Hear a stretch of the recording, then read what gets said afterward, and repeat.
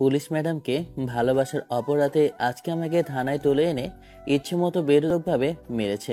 সোজা হয়ে দাঁড়াতে পর্যন্ত পারছি না, এতটাই অবস্থা খারাপ করে ফেলেছে আমার। যাকে ভালোবেসেছিলাম সেই মেয়েটাই আমাকে মেরেছে। তারপরও মেয়েটার রাগ কমছে না, আগুন চোখে আমার দিকে চেয়ে আছে। ভালোবাসার প্রতিদানটা হয়তোবা মানুষ এমন করেই দেয়।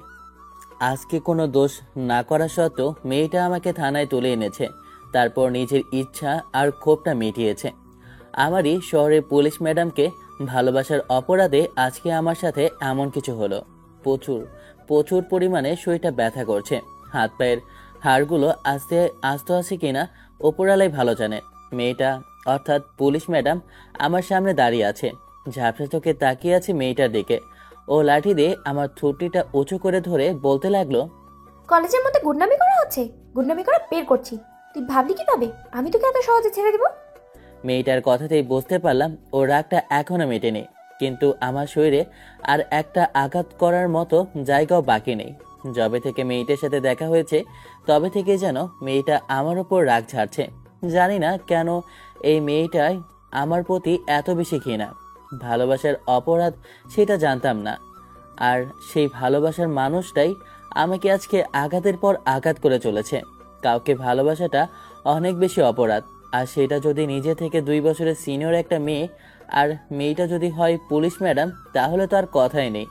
যাই হোক, যাকে মেয়েটা মেয়েটা সম্বোধন করছি ও হলো ঈশিতা। ঈশিতা যেমন অসম্ভব রকমের সুন্দরী, তেমনি অসম্ভব রকমের রাগী আর জেদি। ঈশিতার এই রাগের কারণে হয়তোবা অনেকেই ওনাকে দেখে ভয় পায়, কিন্তু আমি ওকে দেখেই প্রেমে পড়েছিলাম। প্রথম যেদিন কলেজে অনুষ্ঠানে ওকে গেস্ট হিসেবে দেখেছিলাম, সেদিনই ওর প্রেমে পড়েছিলাম। সেদিনই ভেবে নিয়েছিলাম প্রেম যদি করি ওর সাথেই করব। ঈশিতার রাগের চোখের দিকে তাকালেও আমি যেন সবকিছু ভুলে যাই। আর যখন হাসে তখন মনে হয় বুকের ভেতর একটা ঝড়ো হাওয়া বয়ে যায়।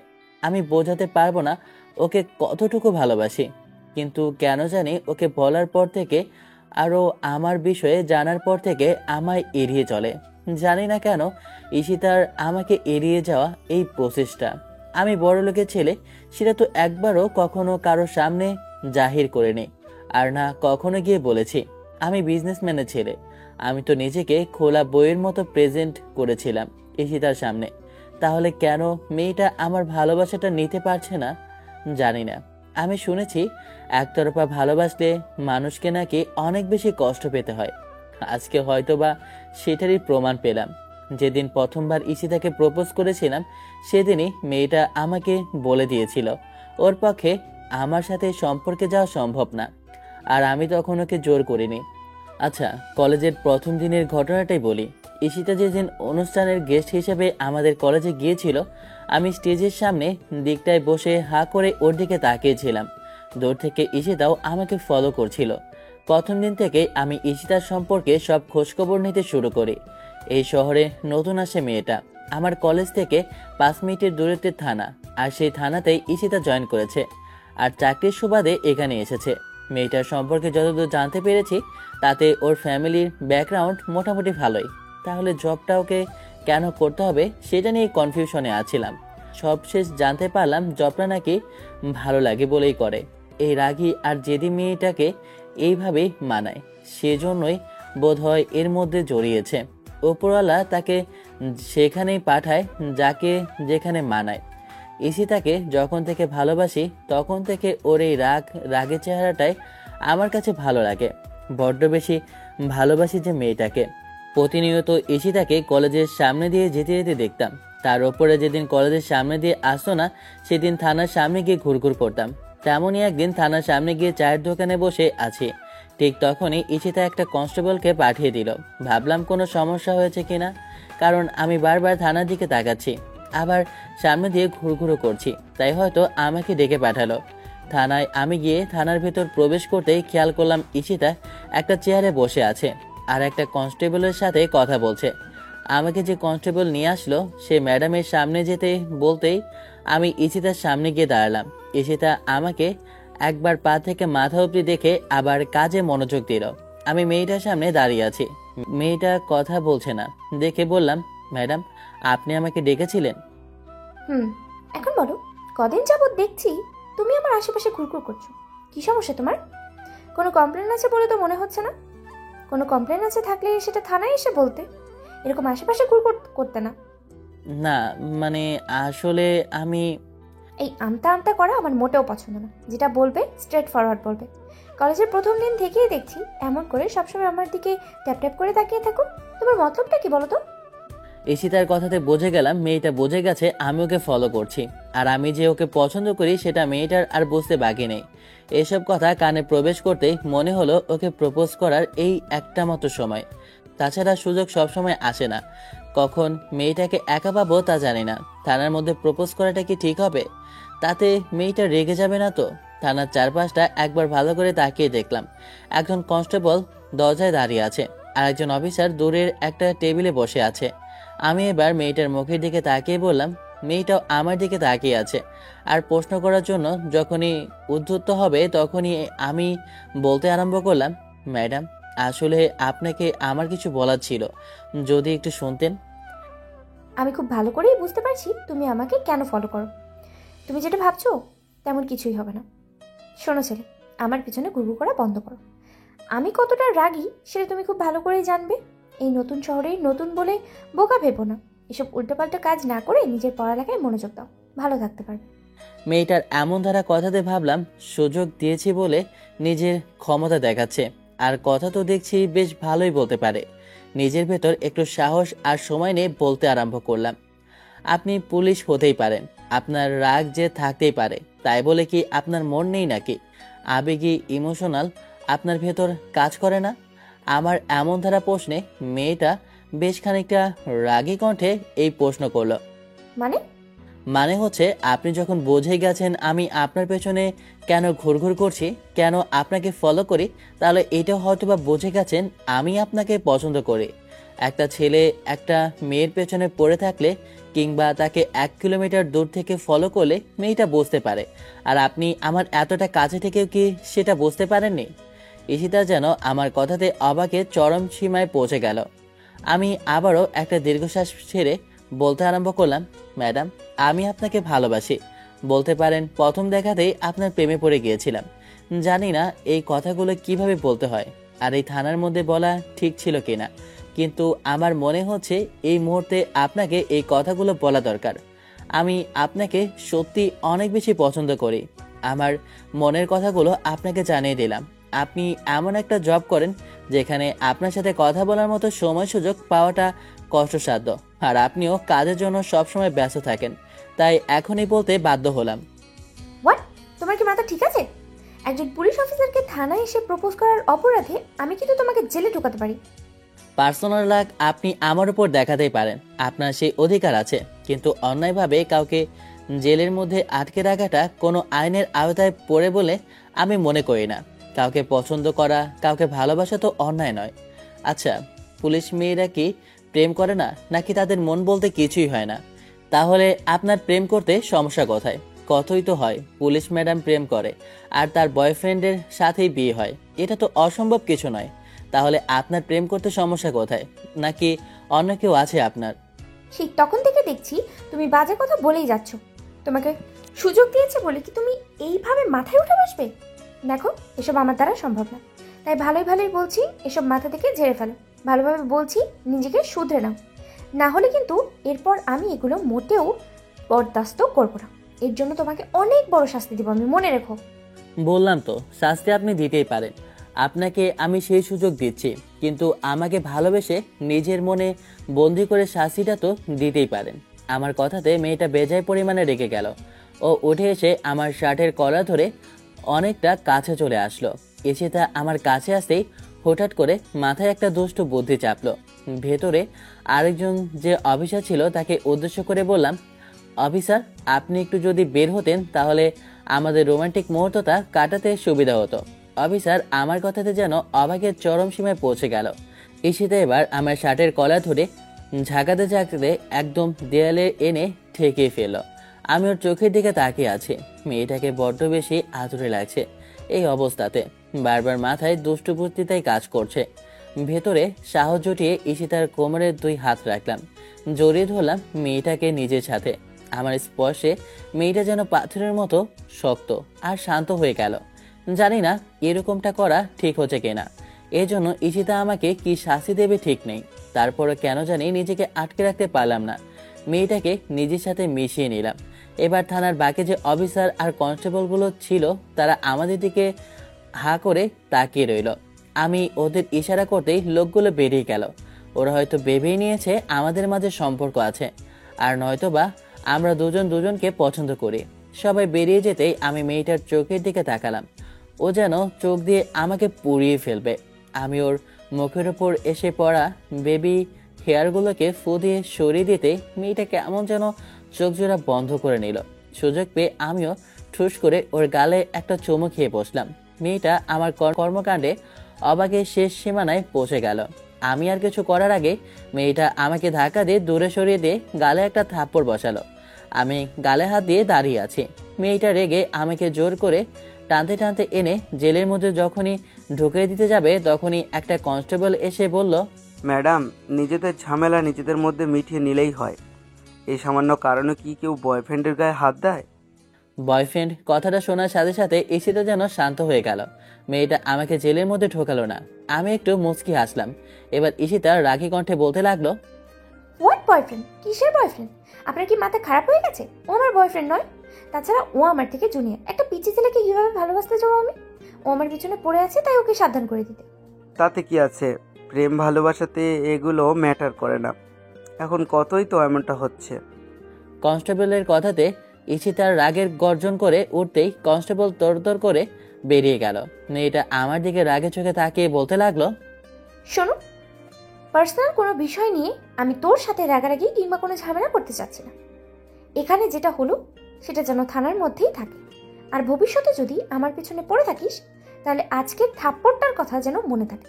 এরপর থেকে থাপ্পড় মারবো না, লকআপে ভরে একদম পিটিয়ে হাত পা গুঁড়ো করে দেবো। এই শহরে নতুন এসেছি, তাই তুই আমাকে চিনিস না। আস্তে আস্তে আমার সম্পর্কে সবটা জানতে পারবি। ভালোবেসে তুমি আমার সাথে রাগ অভিমান কেন? যা ইচ্ছা তাই করতে পারো, আমি কিছু মনে করব না।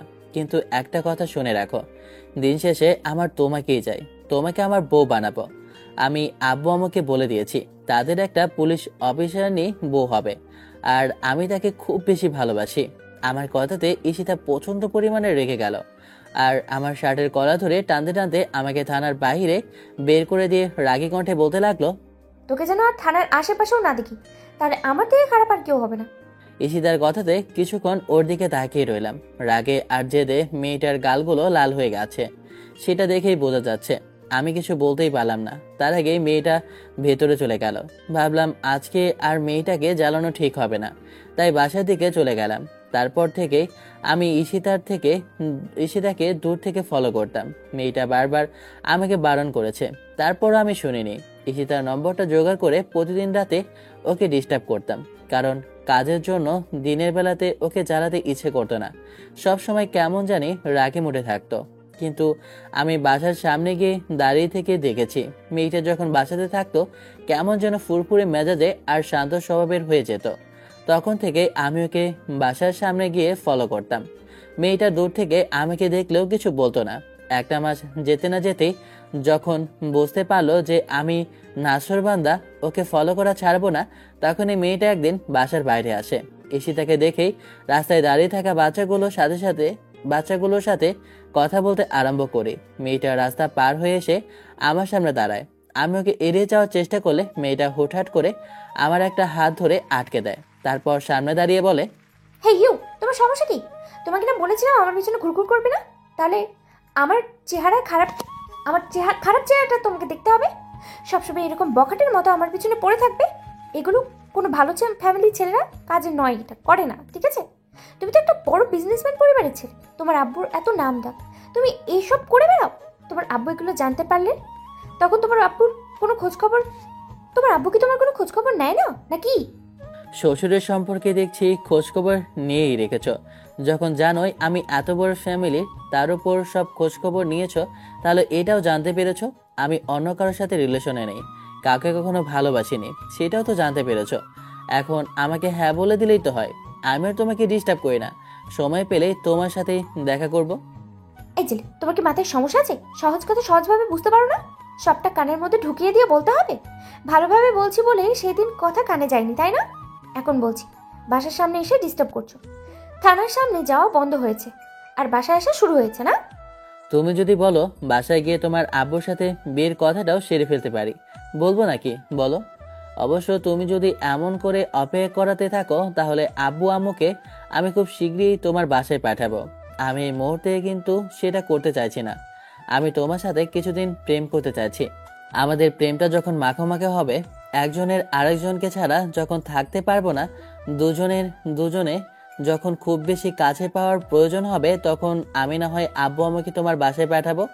আর তারপর কথাগুলো শেষ করতেই পারলাম না, মেয়েটা তার আগে আমার গালে একটা থাপ্পড় মারলো। এটা যেন ঈশিতার নিত্যদিনের কাণ্ড হয়ে দাঁড়ালো পরবর্তীতে। কারণ আমি যতবার ওকে ভালোবাসার কথাগুলো বলেছি, ততবারই মেয়েটা সবার সামনে আমাকে অপমান করে, না হলেও রাগারাগি করে আমাকে থাপ্পড় মেরেছে। কতগুলো থাপ্পড় খেয়েছি সেই প্রথম দিনের পর থেকে তার হিসাব নেই। মেয়েটা আমাকে রাগারাগি করে কথা শোনালো। আব্বু আম্মুকে নিয়েও কথা বলতে ছাড়েনি। বলল আব্বু আম্মু নাকি আমাকে সঠিক শিক্ষা দেয়নি। আমি তাতেও কিছু মনে করিনি। নির্লজ্জ বেহায়ার মতো মেয়েটার পেছনে পুরো 6টা মাস ঘুরেছি। ঈশিতা এর মাঝে আমাকে নিয়ে ভেবেছে কিনা যায় না, তবে মেয়েটা সবসময় আমার সাথে রাগ অভিমানী হয়ে দেখিয়েছে। যতবার মেয়েটার সাথে দেখা হয়েছে ততবার যেন পার্সোনাল রাগ অভিমান আমার উপর দিয়ে ঝেড়েছে। সেদিনের ওই ঘটনাটা বন্ধুদের সাথে শেয়ার করতেই ওরা আমাকে বলেছিল, আমি বলি কি, তোর যদি ওকে ভালোই লাগে আর ভালোই বেসে থাকিস, তাহলে তো ঝামেলা না করে আঙ্কেল আন্টিকে দিয়ে ওদের বাসায় বিয়ের প্রস্তাবটা পাঠা। সবই ঠিক আছে, আমিও ভেবেছি বাসায় বলবো, কিন্তু তার আগে ওকে তো রাজি করাতে হবে। আব্বু আমাকে বাসায় পাঠালে যদি আব্বু আমাকে ফিরিয়ে দেয়, তাহলে আব্বু প্রচন্ড পরিমাণে রেগে যাবে। আব্বু আমার কথা শোনে না সেটা নয়, আমার কথা অবশ্যই শুনবে। আব্বু আম্মুকে যদি বলি তাদের ছেলে কাউকে পছন্দ করে, তাহলে নাচতে নাচতে সেই বাড়িতে চলে আসবে। ঈশিতা যে পরিমাণে রাগী, তাতে আব্বু আম্মুকে যদি মেয়েটা ফিরিয়ে দেয়, তাহলে আব্বু একদম বেঁকে বসবে, আর ওর সাথে আমার সম্পর্কটা কিছুতেই মানবে না। মেয়েটা যে পরিমাণ রাগে, তাতে করে ওর সাথে তোর সম্পর্কটা হলেও তুই ওর সাথে সংসারটা কি করে করবি, আমি তো সেটাই বুঝতে পারছি না। হবে, সবই হবে। ভালোবাসলে মেয়েরা নরম ভদ্র সভ্য হতেও খুব বেশি সময় নেয় না। অরুণচণ্ডী মেয়েগুলো কেমন সাংসারিক হয়ে যায় দেখিসনি? এই মেয়েটা ঠিক তেমনই হয়ে যাবে। ভালোবাসা পেয়ে ঠিক একদম আইসক্রিমের মতো গলে গলে যাবে। সেদিন আর তোদের মনে হবে না যে মেয়েটা এরকম রাগী আর জেদি। তুমি সেই আশাতেই থাকো। পুরো 2টা মাস তো মেয়েটার পেছনে ব্যয় করলে, না কোনো আশা আর না কোনো পজিটিভ উত্তর পাচ্ছিস। উল্টো সবসময় তোকে ধমকের ওপর রাখে, আর রাগটা যেন নিত্যদিনের সঙ্গী। আমি জীবনে কখনো এত রাগী মেয়ে দেখিনি। এর থেকেও সুন্দরী মেয়েরার সাথে প্রেম করেছি, তাই বলে যে তারা আমাকে সবার সামনে অপমান করেছে তেমনটা কিন্তু নয়। আমি বলি কি, এগুলো বাদ দিয়ে যদি বিয়ে করার হয় তাহলে বাসায় প্রস্তাব পাঠা। রাজি হলে হবে, নালে ছেড়ে দে। তোর জন্য কত ভালো মেয়ে পড়ে আছে যারা তোকে বিয়ে করার জন্য এক মুহূর্তে রাজি হয়ে যাবে। কতগুলো মেয়ে তোকে প্রপোজ করলেও তুই কারো প্রপোজাল অ্যাকসেপ্ট করলি না। করবে। ভালোবাসা কি এত সহজ নাকি যে হুট করে বললাম আর হুট করে হয়ে গেল? ঈশিতা আমাকে ঠিকই ভালোবেসে নিজের সাথে জড়াবে। তুমি সেই আশাতেই থাকো। কলেজের অন্য কোনো মেয়ে হলে এতদিনে তোমার প্রেমে পাগল হয়ে যেত। একবার কাউকে প্রপোজ করে দিলেই দেখবি মেয়েটাই তোর পেছনে ঘুরতে আরম্ভ করে দেবে। সেখানে কিনা এরকম রাগী আর জেদি একটা পুলিশ মেয়েকে ভালোবাসলি তো বাসলি, সবার সামনে যখন তখন যা নয় তাই বলে তোকে অপমান করে। তোর সাথে রাগ জেদ তো দেখাই, আবার গায়েও হাত তোলে। এসব যদি তোর আব্বু জানতে পারে তাহলে ভাবছিস কি হবে? বিজনেসম্যানের ছেলের গায়ে হাত তোলার অপরাধে মেয়েটার চাকরিও যেতে পারে, সেটা তুই খুব ভালো করেও জানিস। আমি তো এগুলো চাই না। পার্সোনাল বিষয়গুলো কাজের ক্ষেত্রে না নেওয়াটাই ভালো, তাতে হয়তো বা নিজেদের মধ্যে সমস্যাটা বাড়বে। আমি ওকে সময় দিয়েছি, কিন্তু মেয়েটাকে কেন বোঝাতে পারছি না সেটা নিজেও জানি না। বন্ধুদের সাথে সেদিনের মতো আড্ডা দিয়ে বাসায় চলে এসেছিলাম। তারপর থেকে মেয়েটার পেছনে যেন আরো আদা জল খেয়ে লাগলাম। মেয়েটা প্রতিনিয়ত আমাকে অপমান আর অবহেলা করে চলেছে। কেন জানি না, আমাকে এত বেশি বিরক্ত মনে করে। যেদিন মেয়েটা আমাকে প্রথমবার থানায় তুলে আনে, সেদিন আমাদের কলেজে বেশ বড়সড় একটা গন্ডগোল বেঁধেছিল। বাহিরের কিছু বকাটে ছেলে এসে আমাদের কলেজের মেয়েদের ডিস্টার্ব করেছিল। আমার আবার এগুলো সহ্য হয় না। এই জিনিসটাই আমার পছন্দ নয়। মেয়েদের সাথে বাজে বিহেভ করাটা আমার আবার কখনোই পছন্দ ছিল না। তার উপর যখন দেখেছিলাম ছোট বোনের মতো একটা মেয়েকে উত্ত্যক্ত করছিল, তখন রাগে মাথাটা ফেটে যাচ্ছিল। পড়ে থাকা একটা ইটের টুকরো উঠিয়ে নিয়ে গিয়ে ছেলেটার মাথায় বারবার আঘাত করেছিলাম। সাথে সাথে ছেলেটা মাটিতে পড়ে গড়াগড়ি দিতে আরম্ভ করে। মেয়েটার ওনাটা ছেড়ে দেয়। আমি তখন মেয়েটার দিকে তাকিয়ে বলেছিলাম, আপু, সেই কখন থেকে দেখছি এই ছেলেগুলো তোমাকে ডিস্টার্ব করছে। একটাবার কাউকে বলতে পারতে, নাকি এদের এইসব বিহেভিয়ারটা তোমার অভ্যস্ত হয়ে গেছে? হ্যাঁ ভাইয়া, ওরা অনেক বড়লোকের ছেলে, কাউকে কিছু বললেও কেউ হেল্প করতে আসবে না। ওরা প্রতিনিয়ত আমাকে ডিস্টার্ব করে। খালি আমি নই, এই কলেজে অনেক মেয়েকেই ওরা ডিস্টার্ব করে, সবসময় গায়ে হাত দেওয়ার চেষ্টা করে। ওদের বিপক্ষে কিছু বলে করা যাবে না। থানায় কতগুলো কমপ্লেন করা হয়েছে, তারপরেও পুলিশ কখনো ওদের বিরুদ্ধে অ্যাকশন নেয়নি। আর আমি ওদের বিরুদ্ধে কি করতে পারবো বলেন? তুমি হয়তো কিছু করতে পারবে না, কিন্তু আমি যা ইচ্ছা তাই করতে পারি। আজকে ওদের উচিত শিক্ষা দেব, আর বুঝিয়ে দেব মেয়েদের সাথে কিভাবে কথা বলতে হয়, কিভাবে ওদের সম্মান করতে হয়। কথাগুলো বলে মাটিতে পড়ে থাকা ছেলেটার শার্টের কলার ধরে টেনে উঠিয়ে কষে গাল বরাবর একটা থাপ্পড় মেরে বললাম, মেয়েদের গায়ে হাত দেওয়া, তাই না? মেয়েরা মায়ের জাত, তাদেরকে ভালোবাসলে ভালোবাসা দিয়ে বোঝাতে হয়, তাই তাই বলে গায়ে হাত দিয়ে নয়। তোকে যেন আমি নেক্সট টাইম আর এই কলেজে না দেখি। আমি এই কথাগুলো বলতেই ওর সাথে থাকা ছেলেগুলো এগিয়ে আসলো। আমিও আর সময় নষ্ট না করে হাত লাগালাম। ছেলেগুলোকে ইচ্ছা মতো মারছি। হারামিগুলো নেশাখোর, সেটা দেখেই বোঝা যাচ্ছে। বড়লোক বাপের আদরের বকে যাওয়া ছেলে। এরই মাঝে পুলিশের গাড়ির শব্দ আসলো। আমি ওদের মেরেই চলেছি। পুলিশ এসেছে বলে যে থেমে যাব তেমনটা নয়। এরই মাঝে কেউ একজন এসে আমাকে ওই ছেলেগুলোর থেকে সরিয়ে নিল, আর আমি ছুটে যেতে নিলে গালে একটা থাপ্পড় মেরে দিল। আমি সামনে থাকা ব্যক্তির দিকে তাকালাম।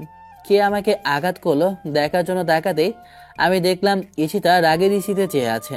আমি কিছু বোঝার আগে মেয়েটা বলতে আরম্ভ করলো, কলেজে এসে এই তোমার পড়াশোনা হচ্ছে? এই হচ্ছে তোমার কাজ? সারাদিন বকাটিমি করে বেড়াও, এই তোমার ভদ্রতার পরিচয়? আর এইটাই হচ্ছে তোমার লেখাপড়া?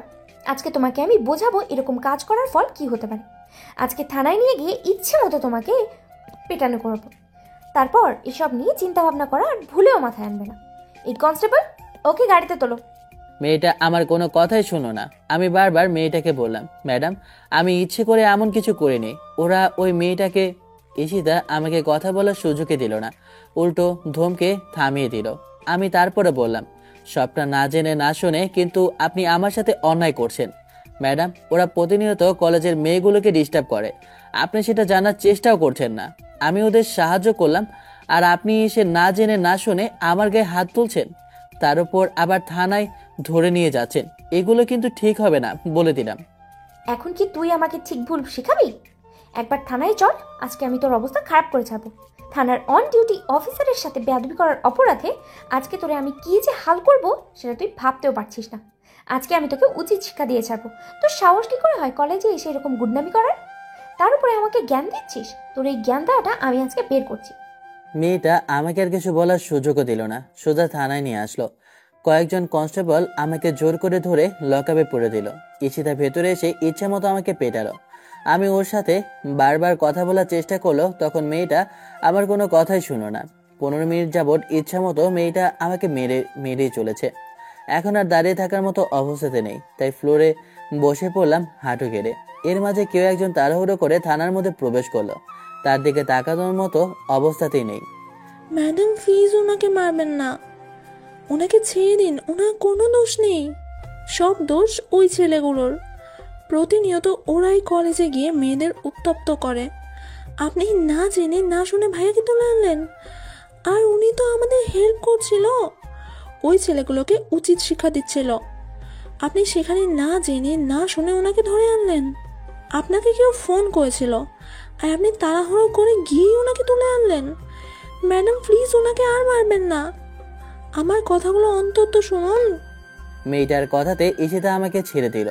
আমি ফ্লোরে আগের মতোই বসে আছি। ঈশিতা বাইরে বেরিয়ে মেয়েটাকে বসতে বললে মেয়েটা বসলো না। ওর কাছে সব শোনার পর ঈশিতা কিছুক্ষণ অবাক হয়ে আমার দিকে চেয়ে থেকে তারপর কনস্টেবলকে উদ্দেশ্য করে বলল, কনস্টেবল, ওকে ছেড়ে দাও। কনস্টেবল আমাকে ছেড়ে দিল। আমি খুব কষ্টে জেল থেকে বের হলাম। এখন আর হাঁটার মতো অবস্থা নেই। জীবনে প্রথমবার এত মার খেলাম। খুব কষ্ট হচ্ছে। তারপরেও খুঁড়িয়ে খুঁড়িয়ে লকআপের বাইরে এসে মেয়েটার সামনে দাঁড়ালাম। ঈশিতা আমার দিকে চেয়ে আছে। হয়তোবা অনুশোচনাও হচ্ছে না মেয়েটার, কারণ ওর চেহারা দেখে সেটা বোঝা যাচ্ছে। আমি এবার একটু হাসার চেষ্টা করে বলতে আরম্ভ করলাম, আসলে কি জানো তো আপু, আসলে উনি আমাকে এজন্য মারেনি যে আমিও ছেলেগুলোকে মেরেছি। উনি তো এতদিন আমাকে মারার জন্য কোনো রিজন খুঁজে পাচ্ছিল না। আমি ম্যাডামকে পছন্দ করি, সেজন্য ওনার খুব রাগ আমার ওপর। তাই পার্সোনাল দ্বন্দ্বটাকে আজকে পার্সোনালভাবে না মিটিয়ে এই ঘটনার মাধ্যমে আমার উপর মেটালো। আসলে ওনার মতো মেয়েকে ভালোবাসাটা খুব বেশি অন্যায়। আমি সেটা কয়েকদিনেই বুঝে গেছি। ম্যাডাম, আপনি ভয় পাবেন না, এই নিয়ে আমি কোনো কথা বলবো না। আমি চাই না এ নিয়ে দ্বিতীয়বার কোনো কথা হোক, আর আপনার কোনো অসম্মান হোক। এসব যদি আমার বাসার কেউ জানতে পারে তাহলে আপনার চাকরিটা আর এখানে থাকবে না। আমি তেমন কিছু চাইছি না। পার্সোনাল বিষয়টাকে আমি কাজের মধ্যে আনতে চাই না, সেটা আমি আপনাকে আগেও বলেছি। আপনি যদি এগুলো পার্সোনাল বিষয় হিসেবেই রাখেন তাহলে ভালো হবে, কারণ এগুলো কাজের মধ্যে টেনে আনলে দিন শেষে আপনারই সমস্যা হবে। কথাগুলো বলে কোনো রকমে খুঁড়িয়ে খুঁড়িয়ে বেরোলাম। মেয়েটাও আমার পেছন পেছন আসলো। ঈশিতা ফ্যাল করে আমার দিকে তাকিয়ে আছে, রাগের মাথায় না জেনে না শুনে এরকম একটা কাজ করে বসেছে।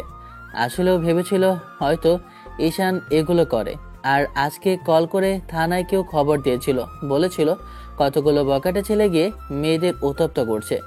এগুলো বলতে ঈশিতাও দৌড়ে চলে গেল কলেজে। আর কিছু না জেনে না শুনে ঈশানকে ধরে আনলো। তারপর বাকিটা তো আপনারা জানতেই পারলেন। প্রথমবার মেয়েটার হাতে এমন করেই মার খেলাম। থানার বাইরে আসতেই দেখলাম আমার বন্ধুরা তাড়াহুড়ো করে রিক্সা থেকে নামছে।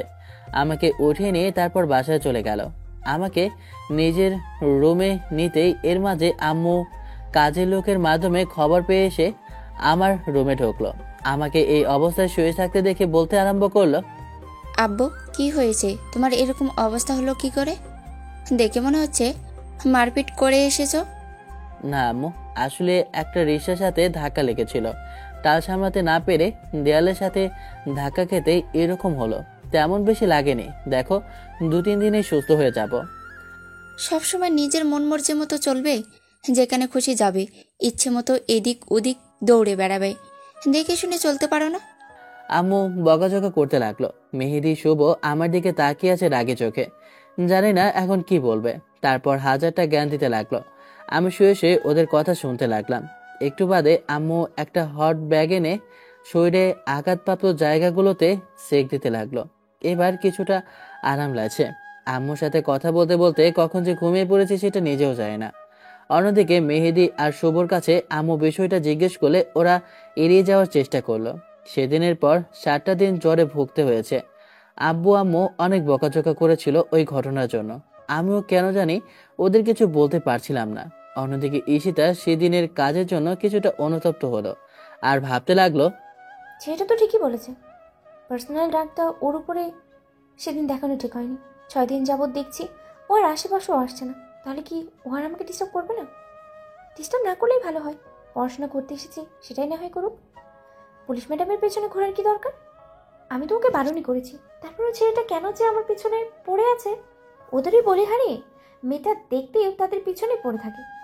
মেয়ে দেখলে পিছনে পড়তে হবে কেন? যে এরা সবসময় মেয়েদের ডিস্টার্ব করতে থাকে। ঈশিতা কথাগুলো ভাবছিল। এর মধ্যে ওর মনে হতে লাগলো আমার বলা সেদিনকের কথাগুলো।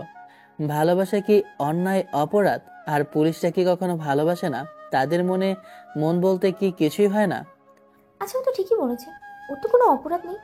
কিন্তু ও যে আমাকে ভালোবাসে সেটাই বা কতটুকু সত্যি? সবসময় এরকম বখাটেদের মতো আমার পিছনে পড়ে থাকলে সেটা প্রকাশ পায়, এতে আরও বাজে লাগে। ওর মতো একটা ভদ্রসভ্য ফ্যামিলির এত বড় বাড়ির ছেলে কিনা সে সামান্য একটা পুলিশ অফিসারের পিছনে পড়ে থাকবে, এটা ওর থেকে আশা করা যায় না। সেটা কেন যে এরকমটা করে জানি না, কিন্তু আমি ওকে নিয়ে কেন ভাবছি? অবাধ্য ভাবনাগুলোকে কেউ আটকে রাখতে পারবে না, আর এসব আটকে রাখারও জিনিস নয়। ঈশিতার মাথার মধ্যে হাজারটা প্রশ্ন ঘুরপাক খেতে লাগলো। কয়েকটা দিন যখন ঈশিতা ঈশানকে দেখা পেল না, তখন মনে হতে লাগলো একবার মার খেতেই ঈশানের ভালোবাসাটা শেষ হয়ে গেছে। নিজেই চাচ্ছিল হেসে কাজে মনোযোগ দেওয়ার চেষ্টা করলো মেয়েটা।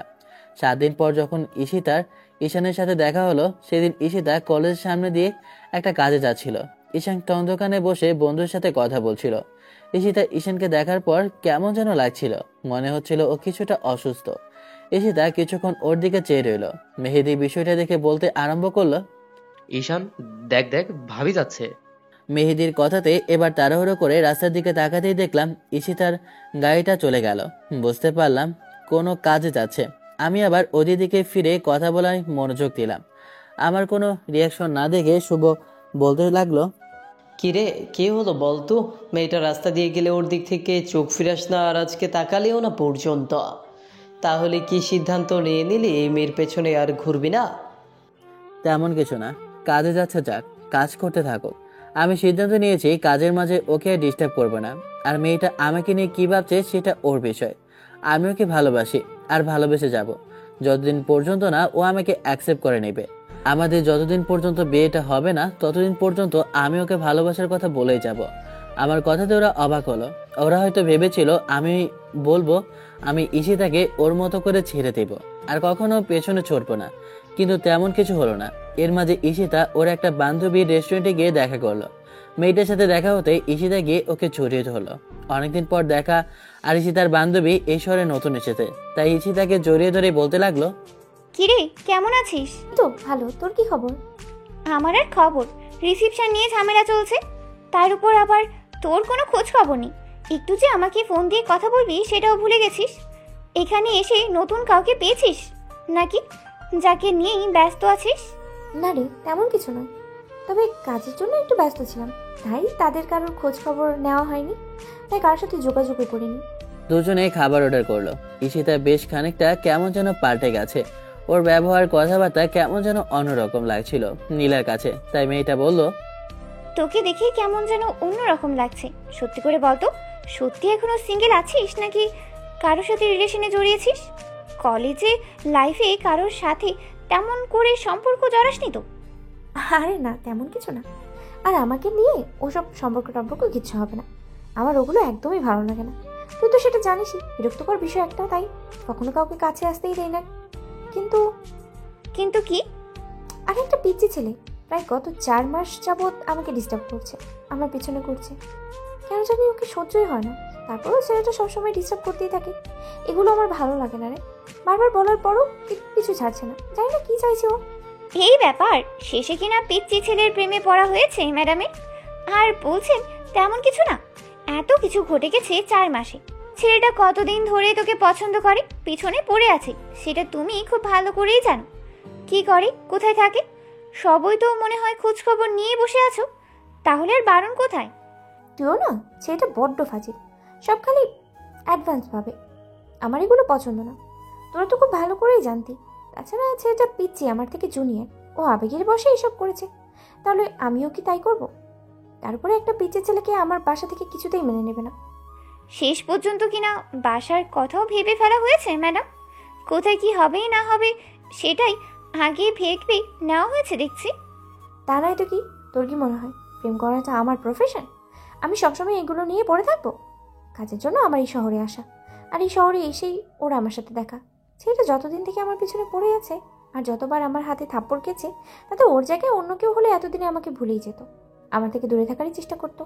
সেটাকে অনেক বেশি অপমান আর অবহেলা করি রে, গায়ে হাত তোলার পরও আমার থেকে কখনো দূরে যায়নি।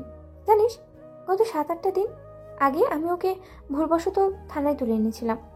পার্সোনাল লাভটা ওর ওপরই দেখিয়েছে, খামোচাকা ছেলেটাকে এত বেশি আঘাত করেছে, অথবা অসুস্থ হয়ে পড়েছে, তাই আর কি। সত্যি করে বল তো, তোর মন কি চাই?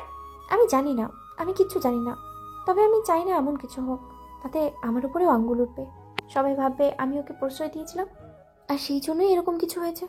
ছেলেটার বাবা অনেক বড় লোক, তাই আমাদের মাঝে এসব কখনোই হবে না। আমি চাই না এগুলো নিয়ে ভাবতে। ভালোবাসায় এগুলো কোনো ফ্যাক্ট না। তোর আব্বুরও তো অনেক কিছুই আছে, নিজের ভালো লাগার জন্য চাকরিটা করিস তুই। তারপরও আমি এগুলো নিয়ে ভাবতে চাই না। প্রেম ভালোবাসার প্রতি আমার কোনো ইচ্ছে নেই। ভালো একটা ছেলে দেখে বিয়ে করে নেব, দরকার হয় ছেলেটার সাথে বাইরে কোথাও সেটেল হয়ে যাব, তাতে পর্যন্ত জবটা করতে থাকি ততদিন। প্রেম ভালোবাসা এসব হিসাব কষে হয় না ঈশিতা। যেমন আমার আর ধ্রুবর প্রেমেরটা কথাই ধর। ওর সাথে যবে থেকে আমার দেখা হয়েছে তবে থেকে আমার প্রতি ওর কেয়ারিং আমার কাছে খুব বেশি ভালো লাগতো। তারপর আমি নিজে থেকে ওকে প্রপোজ করেছিলাম। বলেছিল যে ও আমাকে আগে থেকেই পছন্দ করে, তারপর থেকে রিলেশন চলছে। কিন্তু ইদানিং ওর সাথে সম্পর্কটা ভালো গেলেও বাসায় আমি কাউকেই কিছু বোঝাতেও পারছি না। ধ্রুব এখনও কোনো জব পায়নি, ছেলেটা অনেক স্ট্রাগল করছে, আমি ওকে সাপোর্ট করছি। আমি জানি না কি হবে, তবে যাই হোক আমি ওকে হারাতে চাই না, সেই জন্য তোর সাথে আলোচনা করতেই এখানে আসলাম। দুজনে পার্সোনাল বিষয়গুলো নিয়ে আলোচনা করলো। পরদিন ঈশান কলেজে আসতেই ঈশিতার সাথে দেখা হলো। কারণ ঈশানের কলেজে আসতে গেলে ঈশিতা থানা সামনে দিয়ে আসতে হয়, আবার ঈশিতাকে কাজের জন্য যেতে বলে ঈশানের কলেজের সামনে দিয়েই যেতে হয়। তাই যাওয়া আসা করতে গেলে দুজনের সাথে দুজনের বেশ ভালোভাবেই দেখা হয়। ঈশান কয়েকটা দিন ঈশিতাকে দূর থেকেই দেখেছে, কিন্তু তেমন করে ডিস্টার্ব করেনি। ঈশিতার এই বিষয়টা কেমন যেন লেগেছিল। তারপরও ঈশিতা তেমন কিছুই বসতে দেয়নি কাউকে। বেশ কয়েকটা দিন এমন করেই পেরিয়ে গেল। এর মাঝে ঈশান আর ওকে ভালোবাসার কথাগুলো বলে ডিস্টার্ব করেনি, দূর থেকে দেখেছে।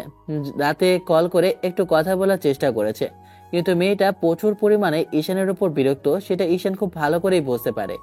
সবটা বুঝতে পেরেই ঈশান দিন দিন ঈশিতাকে ডিস্টার্ব করা বন্ধ করে দিয়েছে, আর কেমন জানি মেয়েটা থেকে দূরে সরে যাচ্ছে।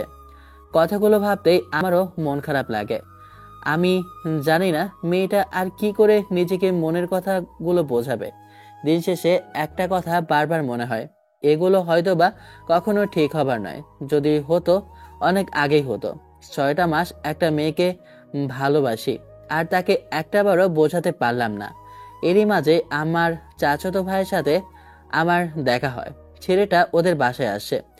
আমার চাচাদের অবস্থা তেমন ভালো নয়, তাই ওকে বলেছিল একটা জব দেওয়ার জন্য। আমি ছেলেটাকে ওদের বাসায় চলে আসতে বলি, আর এখান থেকেই ওদের ব্যবসায় জয়েন করবে। ঈশানের আব্বুর একা হাতে ব্যবসা সামলাতে সমস্যা হচ্ছে। এই মুহূর্তে ঈশান পড়ালেখা বাদ দিয়ে ব্যবসায়ের কাজে হাত দিতে চাইছে না, আর এখানে অফিসের কাজে হাত দিলে ঈশিতার পেছনের সময়টাও দেওয়া হবে না। তাই ঈশান ভেবে নিয়েছে ওর চাচাতো ভাইকে কাজে লাগাবে। তাছাড়া ছেলেটাকে একটা জবের দরকার। তার উপর ঈশানকে ও চাচাতো ভাই জানিয়েছে ওর একটা রিলেশন আছে। মেয়েটার সাথে সম্পর্কটা ভালো গেলেও মেয়েটার পরিবার থেকে ওকে বিয়ের জন্য চাপ দিচ্ছে। তাই ঈশান সবকিছু বুঝে ওর চাচাতো ভাইকে আসতে বলেছিল। ঈশান আব্বুকে বিষয়টা বললে আব্বুকে ম্যানেজারের দায়িত্বটাই দিল। ঈশানের চাচাতো ভাই আর ওর গার্লফ্রেন্ডের রিলেশনটা বেশ ভালোই চলছিল, কিন্তু হঠাৎ করে ওর গার্লফ্রেন্ডকে একদিন পাত্রপক্ষ দেখতে আসে, আর মেয়েটারও বিয়েটা ঠিক হয়ে যায়। ঈশান ওর চাচাতো ভাইয়ের থেকে সবটাই জানতে পারে। ছেলেটা মন খারাপ করেছিল বলে ঈশান ভেবেছিল বন্ধুদের নিয়ে ওর বিষয়টা আলোচনা করে যদি কিছু একটা করা যায়। ঈশান ওর চাচাতো ভাইকে সাহস দিয়ে বলে ও সবটা দেখে নেবে। তারপর ছেলেটা ওর গার্লফ্রেন্ডের সাথে কথা বলিয়ে দেয়। তখন আমি মেয়েটাকে বলেছিলাম, আপু তুমি বিয়ে করতে পারবে ভাইয়াকে? দেখো এখন এটা ছাড়া আমার আর কোনো উপায় দেখছি না। ভাইয়া বিয়ের জন্য প্রস্তুত, আর ভালো একটা জবও করছে। তোমার বাসা থেকে হুটহাট করে এর মাঝে তোমার বিয়ের কথা বলে ফেললো। ভাইয়ার বাসায় আব্বু আম্মুর সাথে কথা বলতে চাইছিল, কিন্তু তার আগেই এত কিছু হয়ে গেছে। ভাইয়া আমি সব কিছু করতে রাজি, তারপর ওকে হারাতে চাই না। আমি জানি আব্বু আম্মু প্রথমে মেনে না নিলেও যখন দেখবে আমি যখন ভালো আছি, তখন ওরা আমাকে দূরে রাখতে পারবে না, আর রাগ করেও থাকতে পারবে না। ঠিক আছে আপু, আমি দেখছি, কিন্তু তোমাকে বাসা থেকে যে করেই হোক বেরিয়ে আসতে হবে। যখন বলবো তখনই আমার সাথে এসে ভাইয়াকে বিয়ে করে নিতে হবে। মেয়েটা তাতেও রাজি হয়েছিল। 2 দিন পর আমি সময় সুযোগ বুঝে ভাইয়াকে অফিস থেকে বেরোতে বললাম। দুপুর টাইমে কলেজের ছুটি হয়ে গেছে। ভাইয়ার গার্লফ্রেন্ডকে বললাম কলেজের সামনে আসতে, কিন্তু মেয়েটা আসছিল না। তাই বেশ টেনশন হচ্ছিল। মেয়েটাকে বারবার কল করেও পাচ্ছিলাম না। কোনো বিপদ হয়েছে নিশ্চয়ই। বন্ধুদের সাথে ভাইয়াকে কাজে অফিসে পাঠিয়ে দিলাম। ওরা কাজে অফিসের দিকে চলে যেতেই আমারও কেমন জানি খটকা লাগলো। নিশ্চয়ই কোনো সমস্যা হয়েছে। মেয়েটার বাসার ঠিকানাটা আগেই জেনে নিয়েছিলাম। বাইক নিয়ে বেরিয়ে পড়লাম। মেয়েটার বাসার সামনে এসে দূরে দাঁড়িয়ে অপেক্ষা করতে লাগলাম। কিছুক্ষণ পর মেয়েটা একটা ব্যাগ হাতে বাইরে বেরিয়ে আসলো। বুঝতে পারলাম হয়তোবা বাসায় কোনো ঝামেলা হয়েছে, তাই ফোনটা রিসিভ করতে পারছে না। মেয়েটা কিছুটা দূর আসতেই আমি বাইকটা নিয়ে গিয়ে ওর সামনে দাঁড়ালাম। বললাম, আপু উঠে বসো, আর এক মুহূর্ত দেরি করো না। আমাদের এখানে থাকাটা ঠিক হবে না। সোজা তোমাদের বিয়েটা দিয়ে আমি তোমাদের চট্টগ্রাম পাঠিয়ে দেব। আমার কথাতে মেয়েটা সম্মতি জানিয়ে বাইকে উঠে বসলো আর আমাকে ধরে বসতে আমি ওকে নিয়ে সোজা কাজী অফিসের সামনে চলে আসলাম। ওদের বিয়েটা দিয়ে তারপর বাসে উঠিয়ে দিতে গেলে ওরা বলল ওরা চলে যেতে পারবে। দুজনকে বিদায় দিয়ে আমি বাসার দিকে আসছিলাম, এরই মাঝে পুলিশের গাড়ি এসে আমার বাইকের সামনে থামলো। কিছু বোঝে ওঠার আগেই জোরপূর্বক আমাকে থানায় নিয়ে গেল আর তারপর দ্বিতীয়বারের মতো আমাকে লকআপে পড়ে ইচ্ছা মতো মারতে আরম্ভ করলো।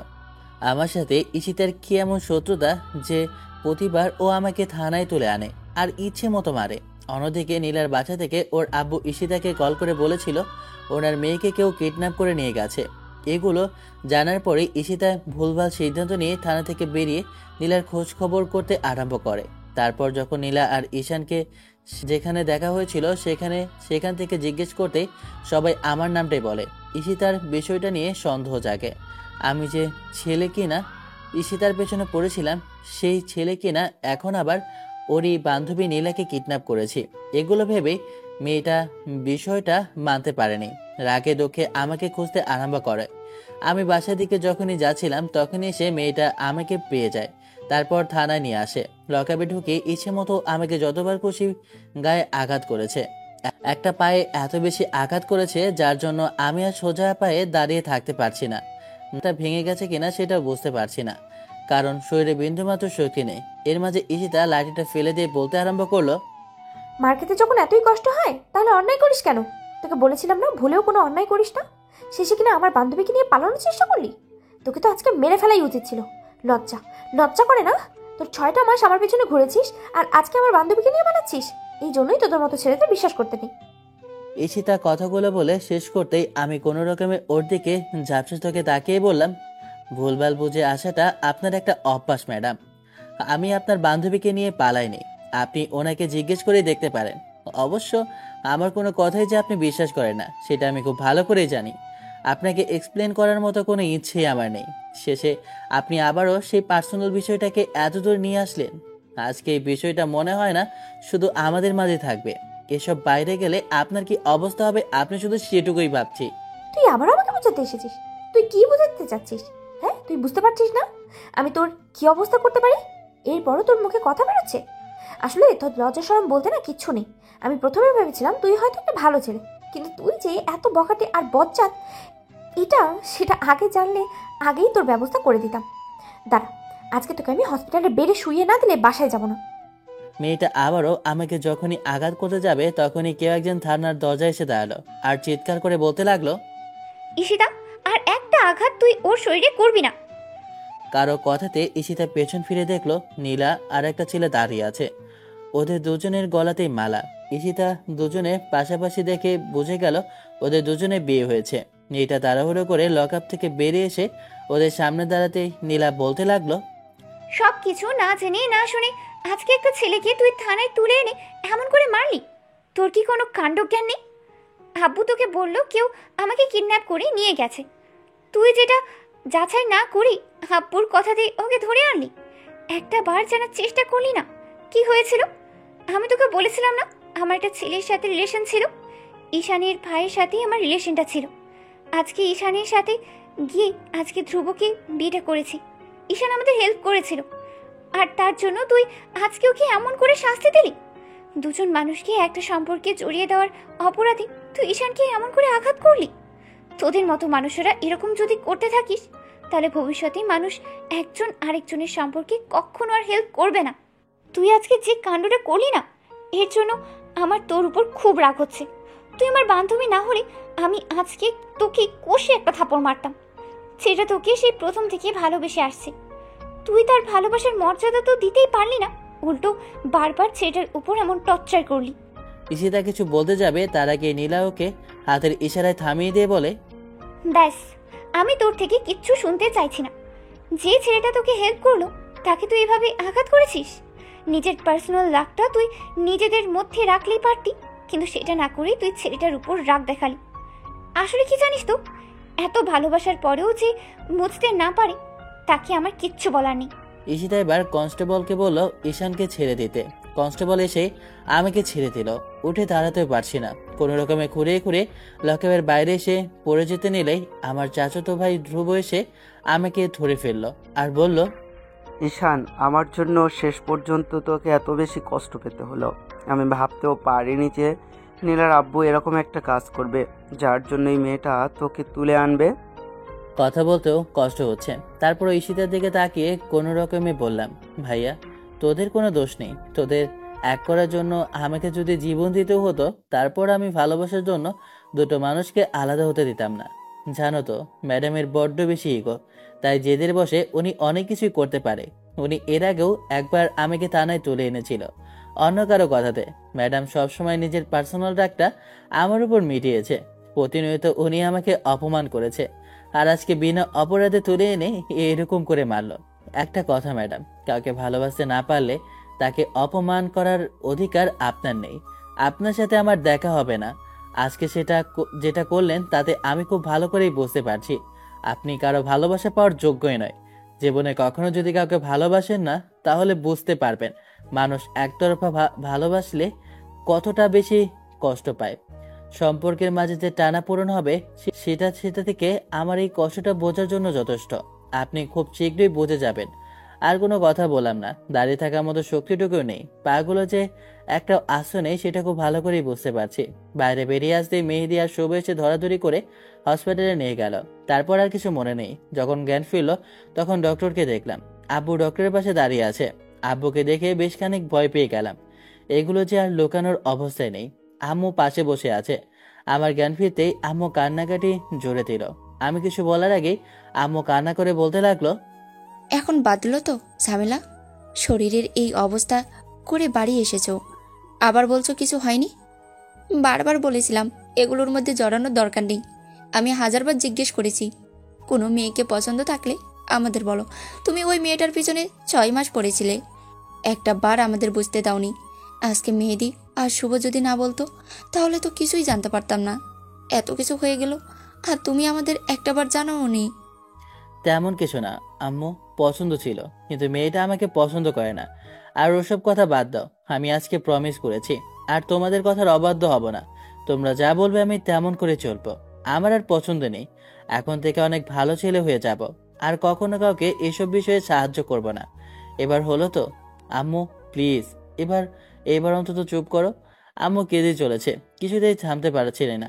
আমি আম্মুর একটা হাত নিজের হাতের মুঠোয় নিয়ে চুমু খেয়ে বললাম, আম্মু এবার তো থামো আর বলো ভাই আর ভাবির কি অবস্থা। না মানে আমাদের ভাবি এখন কোথায় আছে?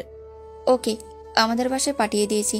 আর তোমার আব্বু এর মাঝে গিয়ে মেয়েটার আব্বু আম্মুর সাথে কথা বলেছে। ওরা আর কোনো ঝামেলা করবে না বলেছে। ওদের সাথে তোমার আব্বু বেশি রাগারাগি করেছে। না জেনে না শুনে ওরা তোমার নামে থানায় কমপ্লেন করেছিল বলে। এগুলোর আবার কি দরকার ছিল? ঠান্ডা মাথায় কথা বলেই তো হতো। চাচু আর চাচি আম্মু জানে যে ওদের বিয়ে হয়েছে। ঈশান এগুলো রাখতো, এখন নিজের কথাটাও একটু ভাব। হাত পা ভেঙে হসপিটালের বেডে শুয়ে আছিস, তারপরও বলছিস যাকে হেল্প করছিস তার কি খবর? ওরা আমার ভরসাতেই এখানে এসেছে, আর আমি যদি ওদের সাহায্য না করি তাহলে কি করে হবে বলো তো? ভাইয়া বড্ড বেশি সহজ সরল। ও যদি নিজের ভালোবাসাটাকে হারিয়ে ফেলতো কখনোই ভালো থাকতে পারতো না। আমি সেটা খুব ভালো করেই জানি। সবটা জানার পরে আমি ওকে এখানে আসতে বলেছিলাম। আমি যদি ওকে ভরসা দিয়ে এনে আবার আমি যদি ওকে সাহায্য না করি তাহলে হবে বলো? থাক, আর পাকনামি করতে হবে না। একবার বাসায় চলো, তোমার পাগুলো আমি আবার ভেঙে তোমাকে বাসায় বসিয়ে রাখবো। তাহলে আর তুমি এত বাচ্চাদের মতো হাঁটাহাঁটি করতে পারবে না। সাইলা, সেটা আর করতে হবে না। পাটা যেমন করে ভেঙেছে না, তাতে 2-3 মাস আর এমনিতেই বিছানা ছেড়ে উঠতে পারবে না। আব্বু কিছুক্ষণ বকাঝকা করলো আর বলল ওই মেয়েটার খবর করে ছাড়বে। আমি আব্বুকে হাজারবার রিকোয়েস্ট করার পর আব্বু শুনল না, তবে শর্ত দিল যদি দ্বিতীয়বার ওই মেয়েটার পেছনে পড়ি তাহলে ওই মেয়েটাকে শহর ছাড়া করে ছাড়বে। সবকিছু ভেবেই বলে দিলাম যে আমি আর কখনোই ঈশিতাকে ফলো করব না। আব্বু আম্মু যখন যেভাবে বলবে, যেভাবে চলতে বলবে সেভাবে চলবো। তাতেই আব্বু শান্ত হলো। আমাকে 7 দিন বাদে বাসায় নিয়ে যাওয়া হলো। বাপাটা 3 ভাগে ভেঙে গিয়েছিল, তাই সুস্থ হতে অনেকটা সময় লেগে গেল। পুরো 3টা মাস সময় লেগেছে পা সারতে। আমি সুস্থ হতেই আব্বু চাচুকে অর্থাৎ ধ্রুব ভাইয়ার পরিবারকে ডেকে আনলো। তারপর নীলা আর ভাইয়ার রিসেপশনের অনুষ্ঠানটা করা হলো। অনুষ্ঠানে ঈশিতাকেও ডাকা হয়েছিল, কিন্তু যতক্ষণ মেয়েটা অনুষ্ঠানে ছিল ততক্ষণ আমি বাইরে যাইনি, ছাদেই বসেছিলাম। অন্যদিকে ঈশিতার যে এই কয়েকদিনে আমার সম্পর্কে কোনো কিছু জানার ইচ্ছে হয়নি সেটা আমি খুব ভালো করেই জানি, তাই আমি আর ওর বিষয়টা নিয়ে কারোর সাথে কথাও বললাম না। তবে ইচ্ছে করে মাঝে মধ্যে জানতে 6টা মাসের ভালোবাসাটা কি অন্যায় ছিল। মেয়েটাকে একটু বোঝাতেও পারলাম না কতটা ভালোবাসি। এতগুলো দিনে মেয়েটাকে একটাবার দেখতেও পাইনি, আর দেখার মতো সুস্থ অবস্থাতেও ছিলাম না। নিজের হাতে পাগুলো ভেঙে দিয়েছিল। অন্যদিকে ঈশিতা এসে যখন নীলার সাথে কথা বলল তখন নীলা ভাবি স্বাভাবিকভাবেই কথা বলল। ঈশিতা আশেপাশে ঈশানকে দেখতে পেল না, তাই এদিকে ওদিকে তাকাচ্ছিল। ভাবি আর চোখে বিষয়টা খেয়াল করে বলল, এদিকে ওদিকে কি খুঁজছিস এমন করে? না, কিছু না। আসলে ভাবছিলাম তোদের শ্বশুর বাড়িতে কবে যাবি। তাছাড়া এটা তো তোর চাচার শ্বশুরের বাড়ি, এখানেও তো আর সারা জীবন থাকতে পারবি না। আমার চাচা শ্বশুর মানুষটা অনেক ভালো জানিস। উনি আমাদের এখানে একটা ফ্ল্যাটে দেবেন বলেছেন, আর ধ্রুব এখন থেকে এখানেই থাকবে। আমি আব্বু আম্মুকে বলে দিয়েছি ওরা যেন আর গ্রামে না থাকে। আমি সবাইকে নিয়ে একসাথেই থাকতে চাই। আব্বু আম্মু গ্রামে থাকতে কষ্ট হবে সেটা আমি জানি, তাই ভেবেছি ওদের এখানে থাকতে বলবো। আর এখানে থাকলে ওদের সেবা করতে পারবো। অন্তত ভালোবাসার মানুষটা কোনো অভিযোগ করার সুযোগ পাবে না যে তারা আব্বু আম্মুকে আমি ভালোবাসতে পারিনি। নীলার এমন পরিবর্তন দেখে ঈশিতা অবাক হয়েছে, কারণ নীলা মেয়েটা ওর মতোই উড়নচণ্ডী ছিল। ঘরে থেকে প্রেমে পড়েছে, যবে থেকে প্রেমে পড়েছে ওই ছেলেটাকে ভালোবেসেছে তবে থেকে ওর ভেতরে পরিবর্তন এসেছে। আর এখন তো পাক্কা সংসারে হয়ে গেছে। ঈশিতা খাওয়া দাওয়া করে বাসায় চলে যায়। তারপরে ঈশান বাইরে বেরিয়ে আসে। অনুষ্ঠান শেষ। আব্বু পরদিন খাবার টেবিলে নীলা আর ধ্রুবকে উদ্দেশ্য করে বলল, আমি তোমাদের জন্য কক্সবাজারের টিকিট কেটেছি। 2-3 দিনের মধ্যে তোমরা ঘুরে এসো। হানিমুনটাও হয়ে যাবে আর কোথা থেকে ঘুরে আসাও হয়ে যাবে। বিয়ের পর থেকে তোমাদের কোথাও যাওয়া হয়নি। ঈশানের অসুস্থতার জন্য কোথাও যায়নি, এখনো সুস্থ হয়েছে, তাই তোমরা গিয়ে কোথা থেকে ঘুরে এসো। আব্বু আমি বলছিলাম কি যদি বাইরে কোথাও পাঠাতে তাহলে মনে হয় ভালো হতো। বাইরে পাঠাতে চেয়েছিলাম, কিন্তু অফিসে বেশ চাপ আছে এই মুহূর্তে। তাছাড়া বেশ কিছুদিন হলো অফিসে যাওয়া হয়নি বিয়ের জন্য, তাই আর কি এখন পাঠাতে চাচ্ছিলাম না। মাস 2 যাক, তারপর না হয় বাইরে কোথাও থেকে ঘুরে আসবে। ধ্রুব, কি বলো? ঠিক আছে চাচ্চু, তুমি যেটা বলবে সেটাই হবে। চাচু, আমি বলছিলাম কি যে ঈশান ভাইয়া অনেকদিন অসুস্থ ছিল, তাই বাসা থেকেও তেমন বেরোতে পারেনি। তাই ভাইয়াকেও যদি আমাদের সাথে পাঠাতেন তাহলে ভালো হতো। না না না ভাবি, সে কি করে হয়? তাছাড়া তোমরা নবদম্পতি, এই মুহূর্তে তোমাদের ব্যক্তিগত সময় কাটানোর জন্য কিছু আলাদা স্পেস দেওয়া হচ্ছে। আর তুমি কি না আমাকে তোমাদের মধ্যে টানছো? তোমরা দুজন লাভবার্ড, তোমাদের মাঝখানে গিয়ে আমি কি করব? কেন ভাই, আমাদের সাথে তোর যেতে কি সমস্যা? তাছাড়া তুই গেলে আমাদের ভালোই লাগবে, আমাদেরও একা একা ঘুরবো। সব সময় কি একা একা থাকতে ভালো লাগে বল? সে কি, একা কি করে? ভাবি তো আছে। তাছাড়া হানিমুনে কি মানুষ 3 জন যায়? কেন ভাইয়া, তোমাদের বন্ধুগুলো আছে না, ওরাও আমাদের সাথেই যাবে। তবুও তোমাদের মাঝে আর কোনো কথা নয় চাচ্চু, ঈশানকেও আমাদের সাথে যেতে হবে। তাছাড়া সব সময় কি আমরা রুমে কাটাবো? তাই ওরা গেলে ভালোই হবে, ওদেরও তুমি যাওয়ার ব্যবস্থা করো। ঠিক আছে, তোমরা যখন এত করেই তোমাদের আদরের ভাই আর দেবরকে নিয়ে যেতে চাইছো, তার সাথে ওর সাগরেদগুলোকেও, তাহলে আমার আর কি বলা থাকবে। আব্বুর কথাতে আর ভাইয়া ভাবির জোরাজুরিতে সবাই মিলে কয়েকটা দিন বেশ আনন্দ করলাম। পুরো একটা সপ্তাহ কক্সবাজার কাটিয়ে বেশ ভালোভাবেই বাসায় ফিরলাম। বাসায় ফিরে আবার কলেজে যাওয়া আরম্ভ করলাম। 3 মাস বেশি সময় হলো কলেজে যাওয়া হয় না। কলেজে যেতে কেমন আনইজি ফিল হচ্ছে। এই কলেজে এসেই এত ঝামেলায় জড়িয়েছি। যাকে নিয়ে এত ঝামেলা হয়েছে সেই বা কেমন মেয়ে, একটাবারের জন্য আমার সাথে দেখা করতে পর্যন্ত আসলো না। নিজে অন্যায় করেছে সেটা একটাবার স্বীকার তো করলোই না, উল্টো সবসময় আমাকে আঘাত করে গেছে। মেয়েটার একটু অনুশোচনাও নেই, তাই হয়তো বা কখনো আমার সাথে দেখাও করেনি। কলেজে এসে ক্লাস করলাম। বন্ধুগুলো ক্লাসের ফাঁকে বেশ দুষ্টুমি করলো, কিন্তু আমি এক মুহূর্তের জন্য ওদের সাথে সঙ্গ দিলাম না। আমার এমন পরিবর্তন দেখে ওরা অবাক হচ্ছে।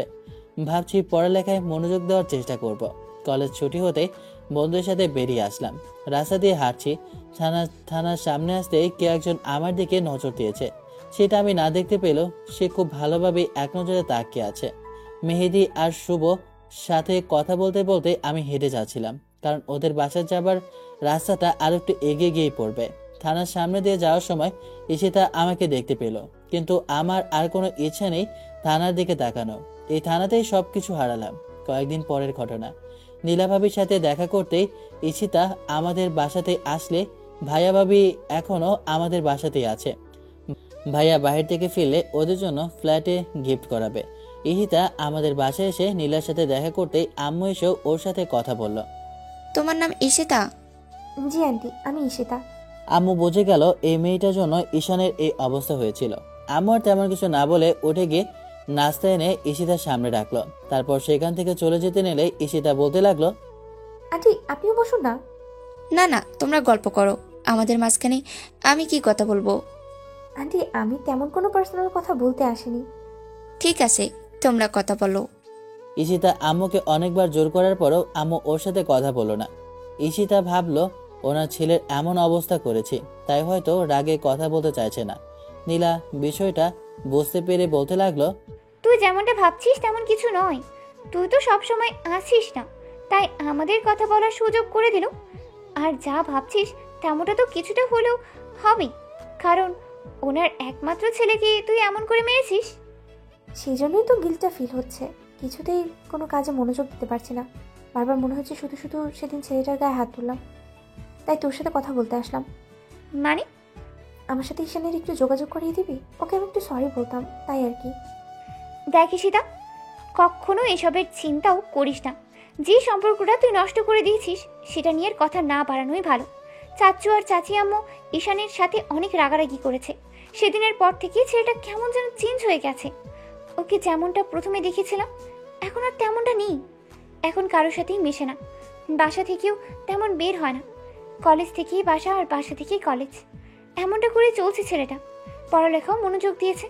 চাচি আম্মু যা বলছে তাই করবে, তাই এখন এসবের কোনো দরকার নেই। যেটা ঘটিয়ে ফিরেছিস সেটাও প্রায় 4 মাস আগে চলে গেছে, তাহলে এখন আর এগুলোর কি দরকার? আমি এই কথাগুলো বলার জন্যই এসেছিলাম, তাই তোর সাথে দেখা করলাম। জানি আমি ভুল করেছি, তার জন্য ওর সাথে একটাবার কথা বলতে চাই, কিন্তু কি করে কথা বলবো সেটাই বুঝতে পারছি না। এগুলো সব জায়গা থেকে আমাকে ব্লক করে দিয়েছে, তাই আর কি। ছাড় এসব, ও একটা পিচ্ছি ছেলে, কি বা বয়স, ভুল করেছে তাই সেটাই শুধরে নেওয়ার চেষ্টা করছে। তুই এগুলো নিয়ে ভাবিস না, তুই বাসায় চলে যা। আর তুই তো রাগ জেতে নিয়েই থাকতে পছন্দ করিস, তাহলে সেটাই বজায় রাখ। তোকে আমি আর এগুলো নিয়ে কোনো কথাই বলতে চাইছি না। যেটা চলে গেছে সেটা নিয়ে না ভাবাই ভালো। ঈশিতা আরো কিছুক্ষণ নীলার সাথে কথা বলল। কোনো মতেই ঈশিতা ওকে রাজি করাতে পারল না। ওরা চায় না ঈশিতা ঈশানের সাথে আর কোনো যোগাযোগ না হোক, তাতে হয়তোবা হিতের বিপরীত হবে। কয়েকটা দিন পরের ঘটনা, আব্বু সেদিন হঠাৎ করেই বাসায় আসতেই বলল। আমি বাসায় ঢুকে লিভিং রুমের কিছুটা কাছে আসতেই অবাক হয়ে গেলাম। কতগুলো লোক বসে আছে লিভিং রুমে। এমন কিছু দেখে অবাকের চরম সীমায় পৌঁছে গেলাম। তারপর কে বসে আছে সেটা না দেখেই আব্বুর সামনে এসে বললাম, আব্বু কি হয়েছে? হুটহাট কলেজ থেকে ডেকে পাঠালে যে, কোনো সমস্যা হয়েছে কি? না, তেমন কিছু হয়নি, তবে আমরা তোমার বিয়ে ঠিক করেছি। মেয়েটাকে আমাদের খুব পছন্দ হয়েছে। তোমার আম্মুও মেয়েটাকে খুব পছন্দ করে। ওকে দেখলে তোমারও পছন্দ হবে, তাই আর কি তোমাকে ডেকে পাঠালাম। ভাবছি আজকেই বিয়েটা সেরে ফেলবো, তাই তোমাকে আসতে বললাম। আব্বু, হঠাৎ করে আমাকে বিয়ে দেওয়ার বোধ তোমাদের মাথায় চাপলো কেন? কথাগুলো বলে শেষ করতে পারলাম না। এর মাঝে নীলা ভাবি কাউকে নিয়ে এসে আমার সামনে দাঁড় করালো। আমি সামনে থাকা ব্যক্তিকে দেখে হতবাক হয়ে গেলাম। আমি কাকে দেখছি? স্বয়ং ঈশিতা বৌসাজে আমার সামনে দাঁড়িয়ে আছে। মাথায় কাজ করা বন্ধ করে দিল। এই মেয়েটা এখানে কেন? আব্বু, এই মেয়েটা এখানে কি করছে? আর ভাবি ওনাকে এখানে এনেছেন কেন? ভাইয়া, এই মেয়েটাই তোমার বউ হবে। ঈশিতা গত কয়েকদিন যাবৎ তোমার আব্বু আম্মুর সাথে কথা বলেছে, ওর ফ্যামিলিকে তোমাদের কাছেই পাঠিয়েছিল। ঈশিতা তোমাকে পছন্দ করে সেই জন্যই বাসায় বলে দিয়েছে যদি বিয়ে কাউকে করতেই হয় তাহলে তোমাকেই করবে। তাই তো চাচু আর চাচি আম্মু তোমাদের বিয়েটা ঠিক করেছে। ভেবেছে এই ভালোবাসার মানুষটাকে ছাড়া কেউ হ্যাপি থাকতেই পারে না, তাই এগুলো কিছু এত কিছু।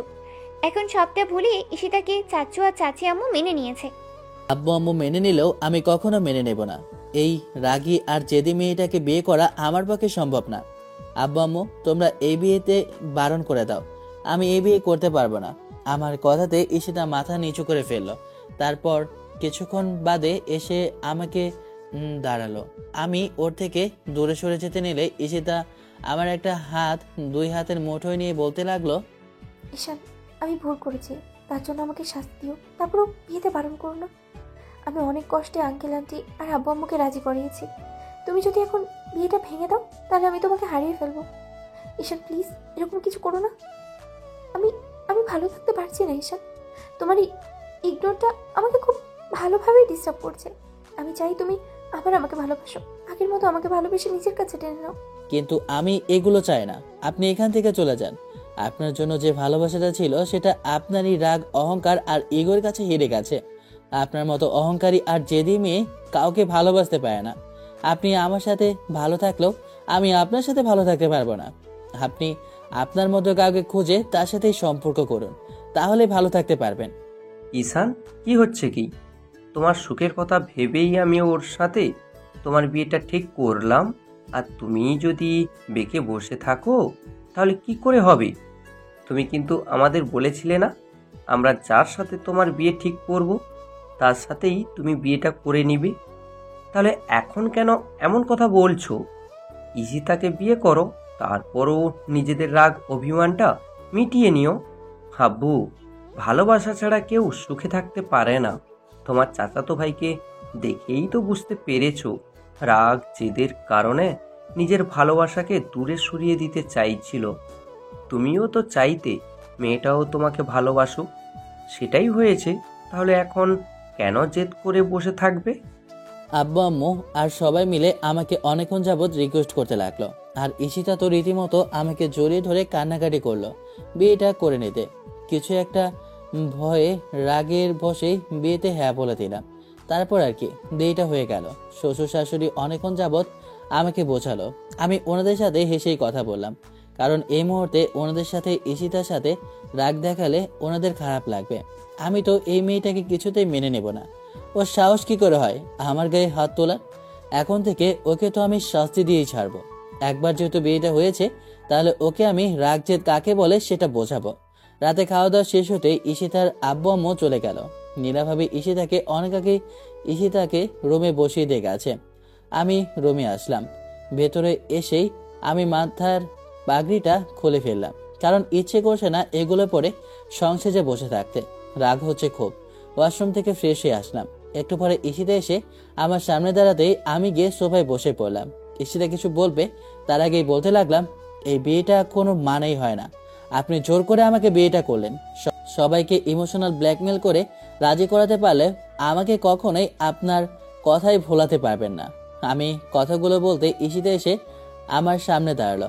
আমি উঠে যেতে নিলে হুটহাট করে মেয়েটা আমাকে জড়িয়ে ধরলো আর ফপিয়ে কেঁদে উঠলো। বুঝতে পারলাম না এই নাটকের কারণটা কি। জোর করে ঈশিতাকে ছাড়িয়ে নিলাম আর বলতে আরম্ভ করলাম, একদম আমার কাছে আসার চেষ্টা করবেন না। এসব নাটক করে এখন আর কোনো লাভ হবে না। বাবু প্লিজ রাগ করে থেকো না। এই 4টা মাসে আমি তোমাকে অনেক বেশি ভালোবেসে ফেলেছি। আমি রাগ আর জেদের কারণে নিজের ভালোবাসার মানুষটাকে বুঝতে পারিনি। কখন যে তোমাকে ভালোবেসে ফেলেছি আর নিজের মনে জায়গা দিতে শুরু করেছি আমি জানি না। যখন তুমি আমার থেকে দূরে সরে যাচ্ছিলে তখন বুঝতে পেরেছি আমার ভালোবাসাটাকে আমি হারতে বসেছিলাম। তাই তোমাকে আমার চাই ঈশান, খুব করে চাই। আমি আঙ্কেল আন্টিকে অনেক কান্নাকাটি করে রাজি করেছি। এখন যদি তুমি আমার উপরে রাগ করে থাকো তাহলে আমি ভালো থাকতে পারবো কি করে চান?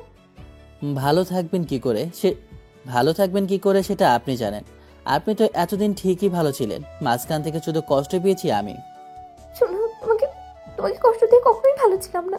যেন আমি একটু ভালো থাকতে পারিনি। তোমাকে হারাতে চাই না বলেই তোমাকে বিয়ে করেছি। এখন যদি তুমি আমার উপরে রাগ করে আমাকে দূরে সরিয়ে দাও আমার অনেক বেশি খারাপ লাগছে। কেন, কি হয়েছে? একটা পিচ্চি ছেলের জন্য আপনার এত বেশি খারাপ লাগবে কিসের জন্য? আমি তো সেটাই বুঝতে পারছি না। আমার আব্বু আম্মু নাকি আমাকে শিক্ষা দিতে পারেনি, আবার তাদেরকে আপনি রাজি করালেন। আপনার কাণ্ড দেখে আমি অবাক হচ্ছি। আপনাদের মেয়েদের কি হয় বলুন তো?